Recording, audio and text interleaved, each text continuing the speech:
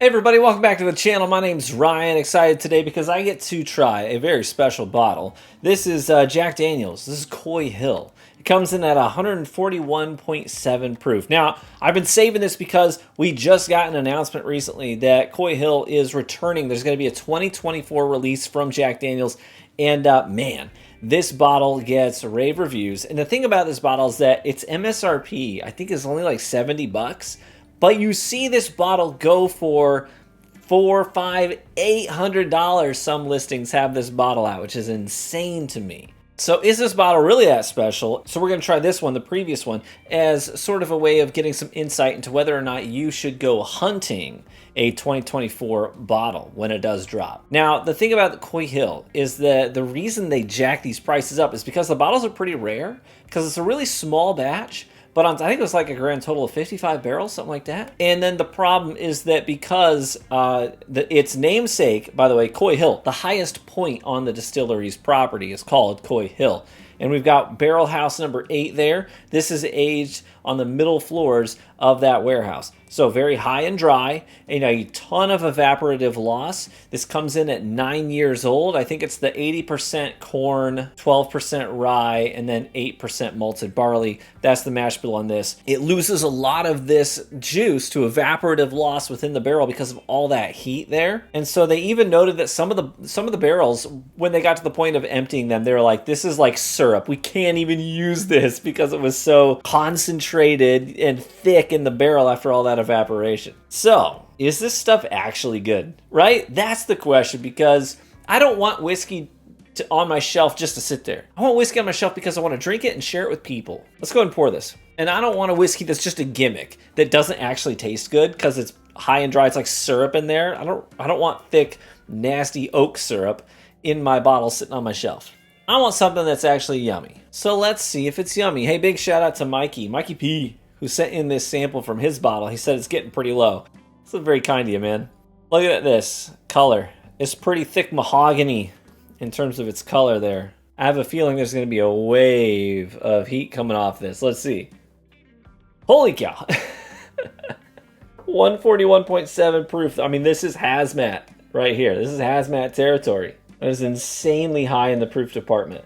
And I get punched in the face with a ton of oak and brown sugar on the nose here.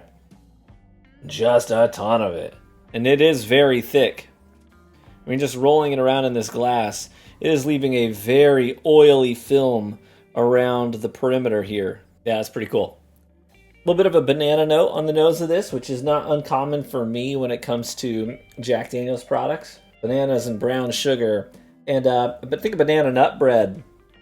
You know, almost like a toasted walnut and that doughy quality to it as well. You know, like the very top of a banana nut bread, that really dark brown with some of the walnuts protruding out of it, the sweet sugar glaze, but there's that bready quality too. Man, this is taking me there. Well, I can't wait to drink it. Cheers, my friends.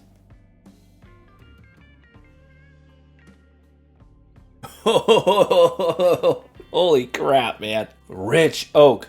Deep, dark licorice notes. The banana, definitely still there. Those, like, toasted walnut notes, I think they get completely buried on the palate, though. Not a lot of nuttiness. Lots of sweet brown sugar. Like I said, that anisey sort of black licorice note. Tons of rich oak. And even a bit of like a toasted marshmallow note here, too. I'm surprised at how sweet it is. I mean, it is not lacking in the heat and the oak department. I mean, it's just waves and waves of heat and oak for sure. But it doesn't lose its sweetness. It's still very sweet. It's a real push-pull between being dry and oaky and being sweet and savory as well. I'm gonna be real, I really like that. I mean, if I could get a bottle of that for $70, I would be insane not to. I would have to do it.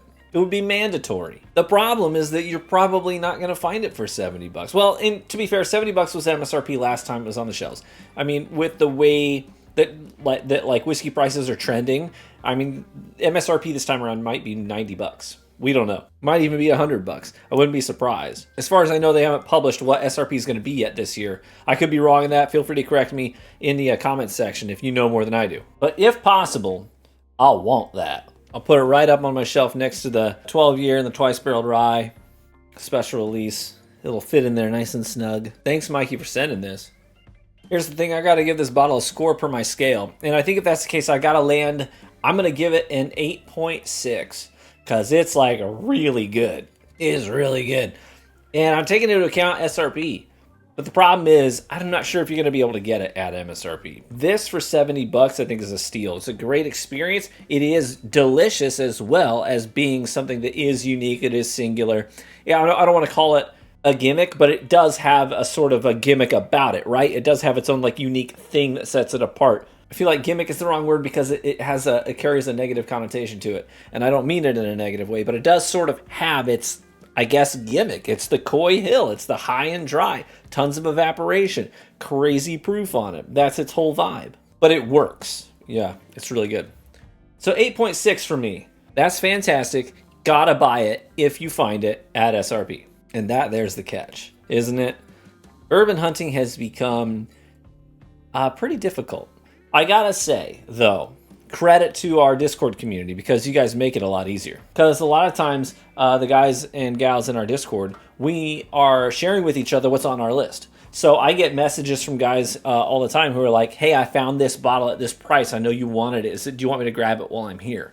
And that makes things a lot easier because then I can do the same thing. It's like, hey, the thing you want is on my shelves. It's not on your shelves. And so when I find it, I can take a picture of it, send them a quick DM, be like, hey man, you want me to grab this for you? And sometimes they say yeah. So it makes bottle hunting a lot easier to do, and it's a community effort. So big shout out to our Discord group for being awesome like that. So please be sure in the Whiskey Recommendations chat room at any time to share with us what you're looking for. That's what we're here for. It's a community thing.